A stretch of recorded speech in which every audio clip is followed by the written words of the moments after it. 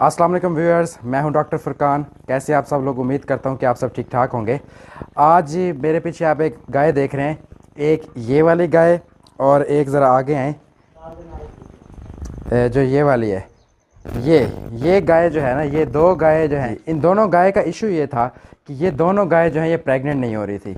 और जब मैं इन्हें चेक करने आया था तो ऑनर ने ये बताया था कि इन दोनों गाय को जो है लिकोरिया है।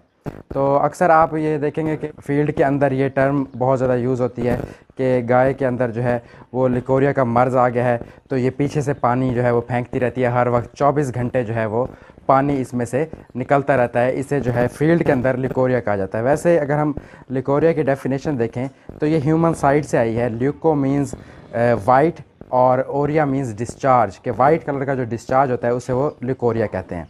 तो जो ये एनिमल्स हैं इनके अंदर लिकोरिया जैसी एज सच कोई टर्म नहीं है, ठीक है।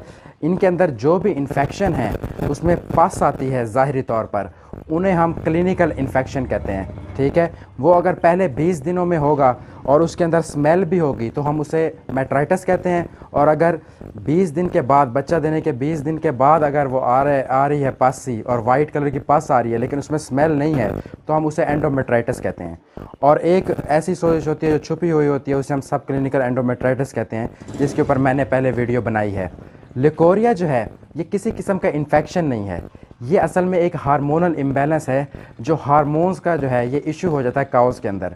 होता क्या है कि ये जो काउज़ होती हैं ये जब हीट में आती हैं तो इनका एक फॉलिकल होता है जो बड़ा हो जाता है। उस फॉलिकल ने क्या करना होता है? ओवुलेट करना होता है। लेकिन जब तक वो फॉलिकल ओवुलेट नहीं करता, वहाँ ठहरा रहता है, तो उस फॉलिकल से हार्मोन्स जो हैं वो खारिज होते हैं। उन हार्मोन्स की वजह से जानवर का जो है वो म्यूकस बनता है और इसलिए हीट में जो जानवर आया होता है उसके आप पीछे देखते हैं कि म्यूकस की तार निकल रही होती है। ये इन हार्मोन्स की वजह से है जो कि एक फॉलिकल से बनते हैं। अब ये फॉलिकल अगर ज़्यादा देर तक अपनी जगह ठहरा रहे, उसकी ओवुलेशन ना हो, अगर अंडा खारिज ना हो, तो वो फॉलिकल परसिस्टेंट फॉलिकल कहलाता है। इस परसिस्टेंट फॉलिकल से होता ये है कि आप जानवर की एआई तो कर देते हैं लेकिन वो जानवर की ओवुलेशन नहीं होती।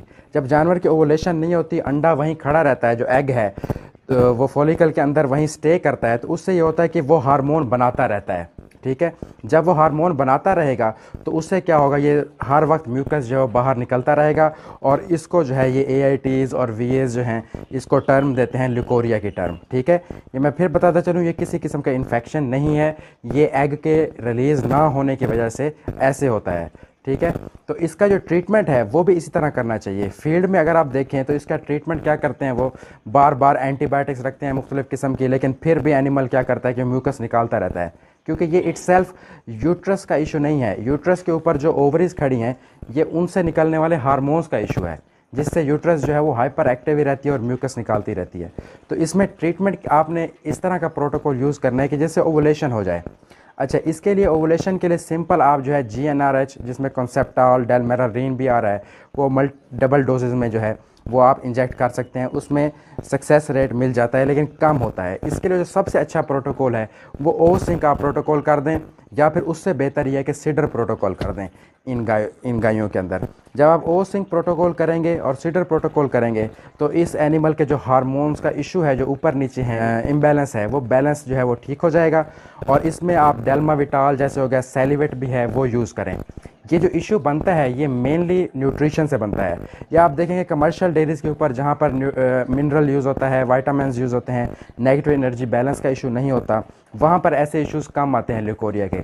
लेकिन ऐसे फार्मर जो ज़्यादा जो है जिनकी फाइनेंशियल कंडीशन इतनी अच्छी नहीं होती, जहाँ पर वो सिर्फ जानवरों को सब्ज़ चारा देते हैं, इवन साइलेज प्रोवाइड नहीं कर सकते, किसी किस्म का मिनरल DCP या एनर्जी के लिए जो है वो कोई अच्छी चीज़ नहीं देते, तो उन जगहों पे ये ज़्यादा इशू आता है। तो इस इशू को अगर आप बेसिक लेवल पे ख़त्म करना चाहते हैं तो फार्म लेवल की न्यूट्रिशन जो है वो उसको बेहतर करना ज़रूरी है, ठीक है जी।